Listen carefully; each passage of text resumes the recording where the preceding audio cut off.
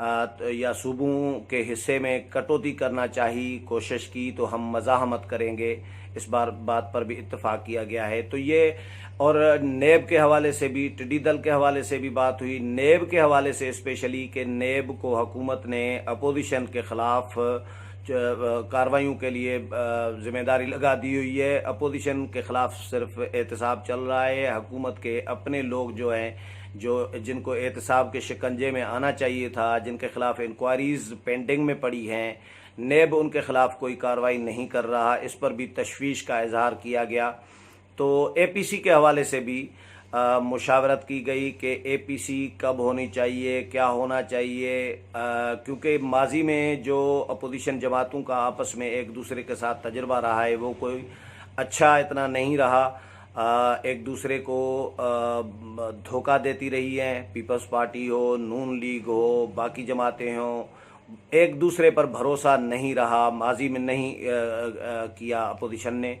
کیونکہ نون لیگ اور Peoples party کے مسائل کچھ اور ہیں، وہ مسائل جے یو آئی کے نہیں ہیں، یعنی جو الزامات ہیں پیپلز پارٹی اور نون لیگ کے لوگوں کے خلاف یا مقدمات ہیں اتنے جے یو آئی کے لوگوں کے خلاف، ایک آدھے کسی شخص کے خلاف ہو تو ہوگا، لیکن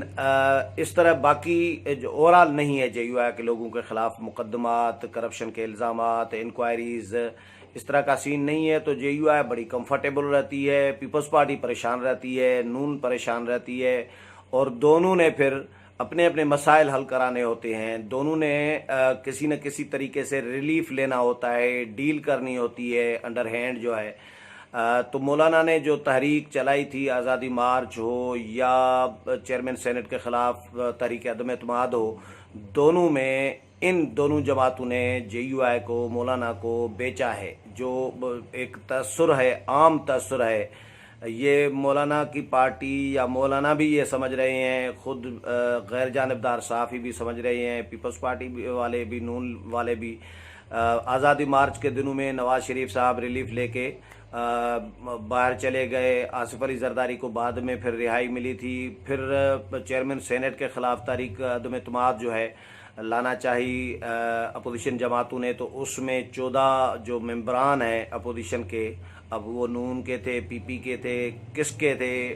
جے یو آئی کے تھے، کسی کو کچھ پتہ نہیں ہے کس جماعت سے تھے، اور ہو سکتا ہے سب جماعتوں کے مشترکہ ہوں، لیکن 14 لوگوں کا ابھی تک سراغ بھی نہیں مل سکا۔ نون اور پی پی بڑی جذباتی ان دنوں میں دکھائی دے رہی تھی، اور انہوں نے کہا کہ ہم انکوائری کریں گے، کمیٹیاں قائم کر دیں، نون نے بھی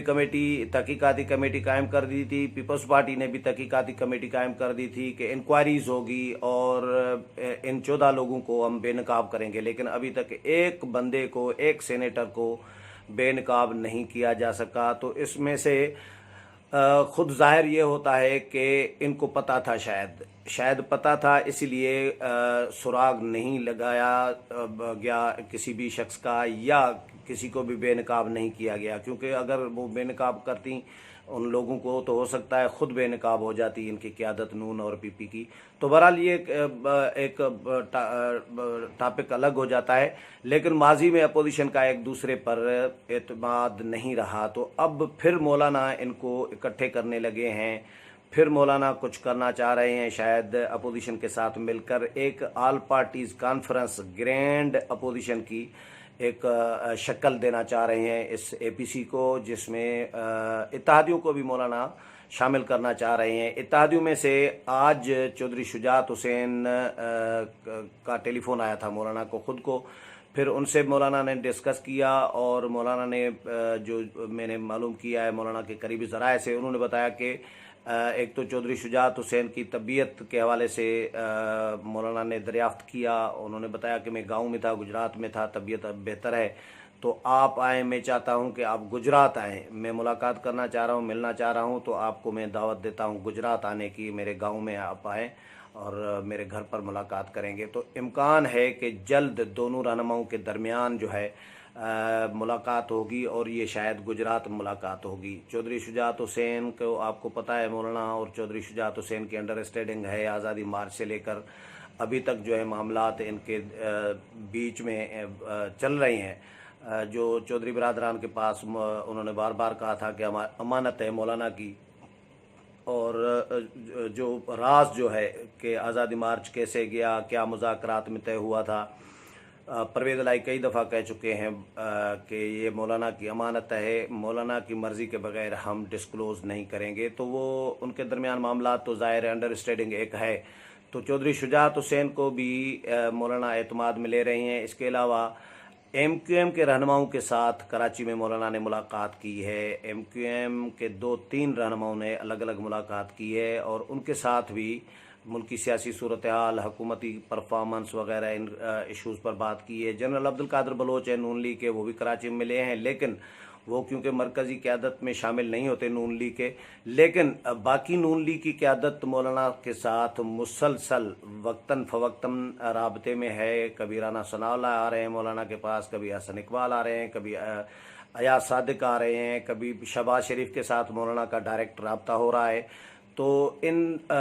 نون لیگ کے ساتھ بھی رابطہ ہے۔ اختر مینگل حکومت سے الگ ہو چکے ہیں، ان کی مولانا کے ساتھ کئی 2-3 ملاقاتیں ہو چکی ہیں، مسلسل رابطہ بھی ہے۔ تو اپوزیشن کے ساتھ